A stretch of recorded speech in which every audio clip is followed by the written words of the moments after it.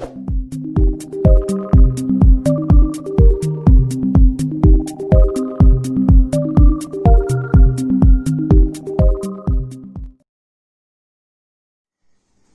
दोस्तों, अपने कर रहे हैं कक्षा 10 का 10वां चैप्टर विविध का क्वेश्चन नंबर 9। देखिए, एक त्रिभुज ABC में भुजा BCCA AB के मध्य बिंदु क्रमशः DEF है, तो सिद्ध कीजिए कि EF AD का समद्विभाजक होगा। देखिए दोस्तों, अपने सबसे पहले डायग्राम बनाते हैं। ये मैंने त्रिभुज ABC बना लिया, ABC, ठीक है। अब देखिए, BC भुजा का मध्य बिंदु है D, ऐसे ही AB भुजा का मध्य बिंदु है F और AC भुजा का मध्य बिंदु है E। तीनों को आपस में मिला दिया तो सिद्ध कीजिए कि EF AD का समद्विभाजक है। तो इसका मतलब अपने को A को D से मिलाना पड़ेगा, ये हो गया AD। ठीक है दोस्तों, अब जैसे कि अपने पहले क्वेश्चन किया है, कैसे करते हैं, सबसे पहले लिखते हैं दिया है।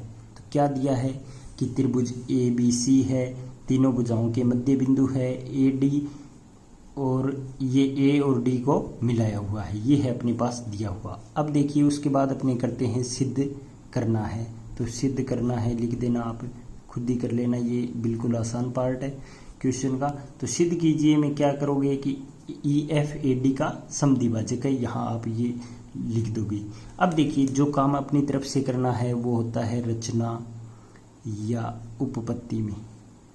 ठीक है दोस्तों, अगर आप एक बात और बता देता हूँ, दिया हुआ सिद्ध करना उपपत्ति, अगर ये स्ट्रक्चर भी आप बनाते हो तो आपको कुछ नंबर इसके भी मिलते हैं। अब देखिए, उपपत्ति में क्या लिखते हैं। देखिए, सबसे पहले मैं देखता हूँ त्रिभुज ABC में, ठीक है।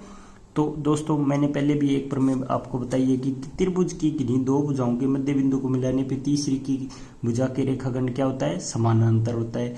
और एक बात और कि वो रेखाखंड होता है वो तीसरी भुजा का आधा होता है, ये होती है प्रमेय। तो अपने इस प्रमेय का यूज करते हैं। तो लिखता हूं मैं, किसी त्रिभुज की दो भुजाओं के मध्य बिंदुओं को मिलाने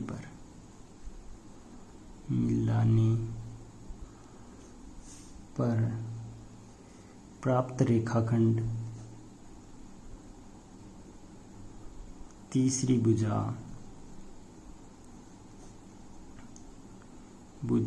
के समानांतर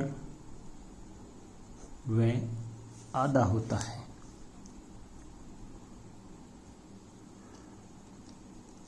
ये कॉन्सेप्ट अपने यूज करते हैं त्रिभुज ABC में। तो देखिए, AB भुजा का मध्य बिंदु है F और AC का है E। तो क्या लिख सकता हूं मैं, EF भुजा समानांतर है BC के, लिख सकता हूं। अब देखिए, इस जो कटान बिंदु है इसको नाम दिया है G, ठीक है। अब एक और बात कर देता हूं मैं इसी प्रमेय से कि EF बराबर है 1/2 BC, मतलब BC का EF क्या है, आधा है। ये बात आप ध्यान रखिए। अब देखिए कि ये है मध्य बिंदु, तो मतलब क्या है कि BD बराबर है CD या DC के। आगे लिख दोगे, दिया है, लिख सकते हैं हमने। तो यहां से मैं क्या कर सकता हूं, इसको समीकरण 1 मान लो, इसको समीकरण 2 मान लो। तो क्या लिख सकता हूं, EF बराबर है BD के बराबर है DC या CD के, कुछ भी लिख सकते हो आप। ये अपने पास आ गया समीकरण 1 व 2 से। अब देखिए, यहाँ त्रिभुज बना देता हूँ मैं, ये है ABC और ये लिख दिया मैंने D। ठीक है दोस्तों, अब देखिए, यहाँ है F और ये है E। अब मैं त्रिभुज लेता हूँ ABD, तो यहाँ लिख देता हूँ त्रिभुज ABD में। अब देखिए, जब अपने पास क्या है कि EF भुजा समानांतर है BC के, ठीक है। तो क्या लिख सकता हूं कि EF भुजा समानांतर है BD के, क्योंकि BD BC का ही एक भाग है। ये लिख सकता हूं लाइन में।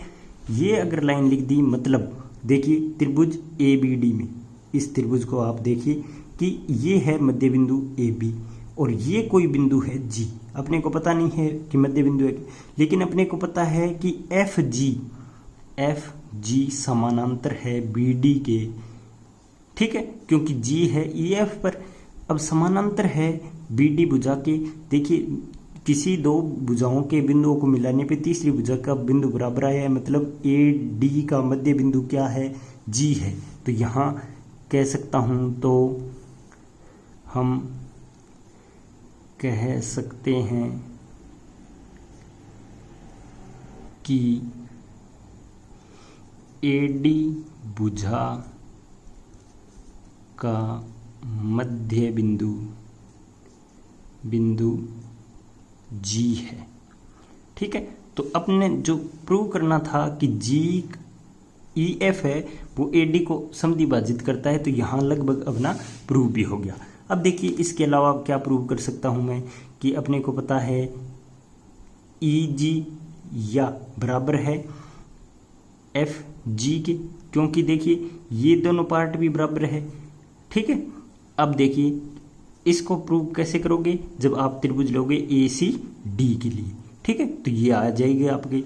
अब यहाँ से क्या करेंगे, अपने ये भी लिख सकते हैं कि ई एफ बराबर है 1/2 बी सी बराबर है 1 या बी डी या बराबर है सी डी की।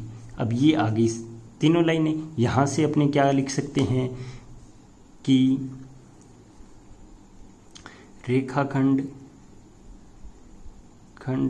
ई एफ ए डी का समद्विभाजक है, ठीक है दोस्तों। तो बिल्कुल आसान क्वेश्चन है, ज़्यादा लंबा क्वेश्चन नहीं है, आप करके देखें इसको। और ये है चैप्टर का लास्ट क्वेश्चन। और कोई भी आपको प्रॉब्लम आए तो आप कमेंट बॉक्स में पूछ सकते हो। ज़्यादा से ज़्यादा क्वेश्चन करने की कोशिश करें, क्योंकि अब एग्ज़ाम बिल्कुल नज़दीक आ चुके हैं। आप कोई भी एक चैप्टर लेके उसकी प्रत्येक वीडियो देख के एक चैप्टर को कंप्लीट करिए। ये नहीं है कि आप एक वीडियो किसी एक चैप्टर की देखते हो, एक दूसरे चैप्टर की देखते हो, इससे आपका सिलेबस नहीं होगा। आप एक चैप्टर का कोई भी चैप्टर, जैसे मान लो मैंने 7वां चैप्टर पढ़ रहा हूँ, तो 7वां चैप्टर की आप सारी वीडियो देख के एक चैप्टर को कंप्लीट करें, ठीक है। अगर आप एक वीडियो पहले की देखेंगे, एक दूसरे की देखेंगे, एक 7वें की देखेंगे, तो तीसरा कोई भी चैप्टर है, तीनों ही अधूरी रह जाएंगे, आपका एक भी चैप्टर कंप्लीट नहीं होगा। तो मेरा यही कहना है दोस्तों, आप एक पूरे सिलेबस की तरह क्वेश्चन करें। और अभी बिल्कुल नज़दीक है बोर्ड एग्जाम, तो आप अच्छे से घंटों तक पढ़ाई करें। थैंक यू दोस्तों।